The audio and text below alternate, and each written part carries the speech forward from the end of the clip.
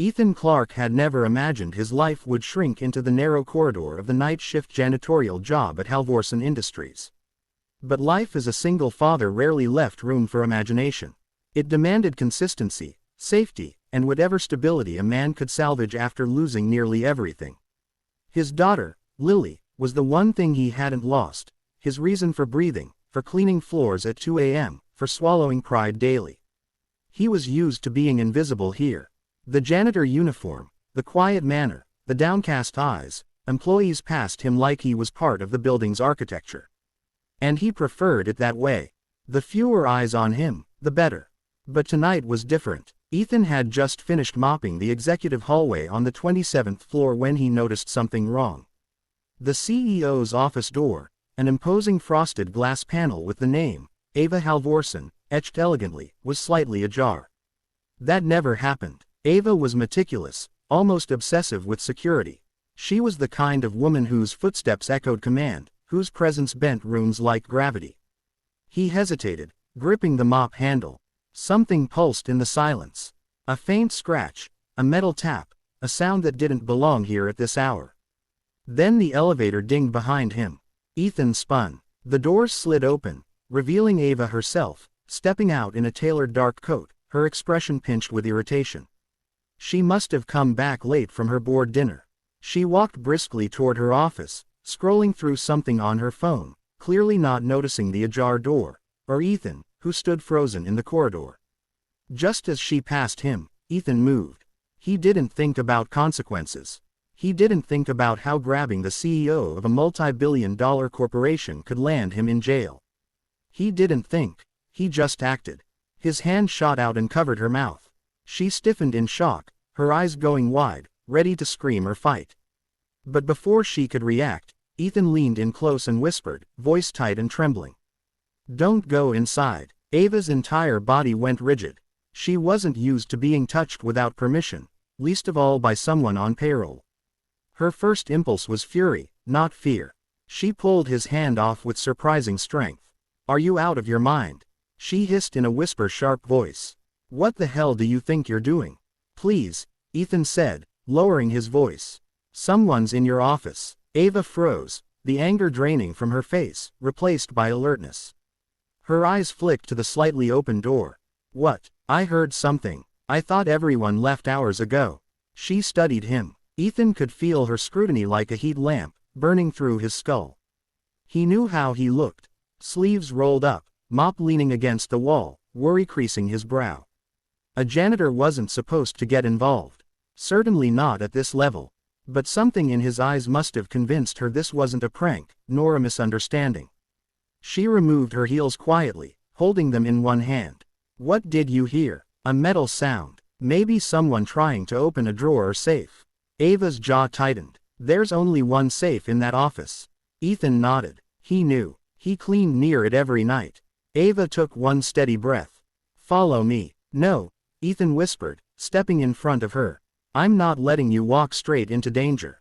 We need security. The night guard is 19 floors down, half asleep, and takes 5 minutes to respond," she whispered back. "If someone is in there, they could get what they came for before anyone arrives." "I'm not risking your life," he insisted. She stared at him. Truly stared at him, for the first time since he'd been hired. "You're my janitor," she murmured. "This is not your job."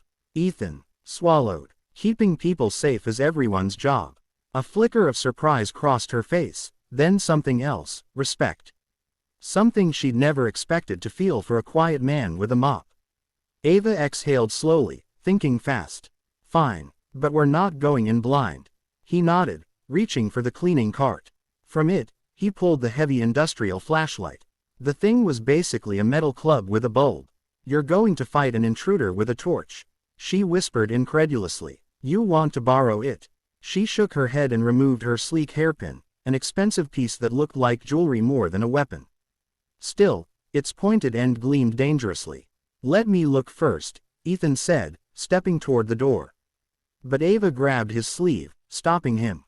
"If someone's in there, and they're armed, you shouldn't go in." "I'm not losing my job tonight, trust me. I won't do anything stupid." "You've already covered my mouth," she whispered sharply. We passed. Stupid. 5 minutes ago. A sound from inside the office cut them off. This time louder. A drawer slamming. A low, angry grunt. Ava's breath hitched. Ethan reacted instantly. He gently pushed her back behind the wall, shielding her with his body. She stared at him, startled by the instinct, protective, fierce, automatic.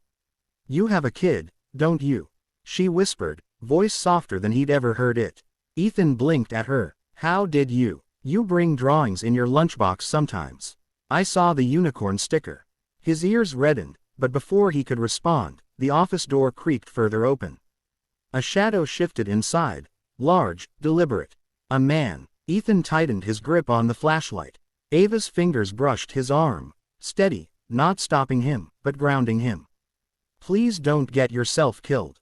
He shook his head. "Stay behind me." He took one step forward. But before he could take the second, the office lights blazed on. Both of them froze. The silhouette of a man stood fully visible now, tall, masked, rummaging through Ava's personal filing cabinet. When the light snapped on, he whirled, startled.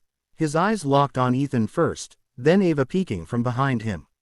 Ava inhaled sharply. The intruder held something in his hand. Not a file, not money, a gun. Ethan's heart slammed against his ribs. The man's voice was muffled behind the mask. "Don't move." Ava clutched Ethan's wrist, fear shocking her, making her breath tremble. But Ethan took a step anyway, positioning himself more squarely in front of her. The intruder snarled, "Move again, and I shoot." Ethan's mind flashed in cold, brutal clarity. Lily, her tiny voice before bedtime, her drawings in his lunchbox, her warm arms hugging him when he came home. He wouldn't leave her an orphan. But he also wouldn't let this man hurt Ava. "Take whatever you want," Ethan said, voice low. "Just don't point that at her." The intruder's gaze flicked to Ava, and that second was all Ethan needed. He swung the flashlight, hard. The intruder ducked, dodging the blow, but the sudden movement made his finger twitch. A shot cracked. Ava screamed. Ethan felt the blast tear past him, slamming into the wall. He lunged again, tackling the man with raw desperation. They crashed onto the carpet, Ethan wrestling for the gun. The intruder was stronger. He shoved Ethan off, kicking him hard in the ribs. Ethan gasped, stars bursting behind his eyes. Ava rushed forward. "Stop, please." The intruder grabbed her arm. And that was Ethan's breaking point. He surged up with a roar, slamming the flashlight into the man's forearm. The gun clattered to the ground. Ava backed away, terrified. The man staggered, groaning, grabbing his wrist. He looked between them, rage and calculation in his eyes, and then bolted for the emergency exit stairwell. The door slammed shut. Silence fell. Ava stood trembling, staring at Ethan like she'd never seen him before. He bent over, hands on his knees, breathing heavily. "Are you okay?" She moved to him slowly, her voice barely above a whisper. "You just risked your life for me. I wasn't letting him hurt you," he said, wincing at his bruised ribs. Ava reached out as if to touch his face, then stopped, unsure. "Why? Why would you do that for me?" Ethan looked at her, really looked at her. "Because no one deserves to be left unprotected." Ava's breath caught. Her expression softened into something fragile, something she didn't show anyone. "Come with me," she said quietly. "Security needs to see what happened. And you're not going home alone after this." Ethan straightened slowly. "I have to go home.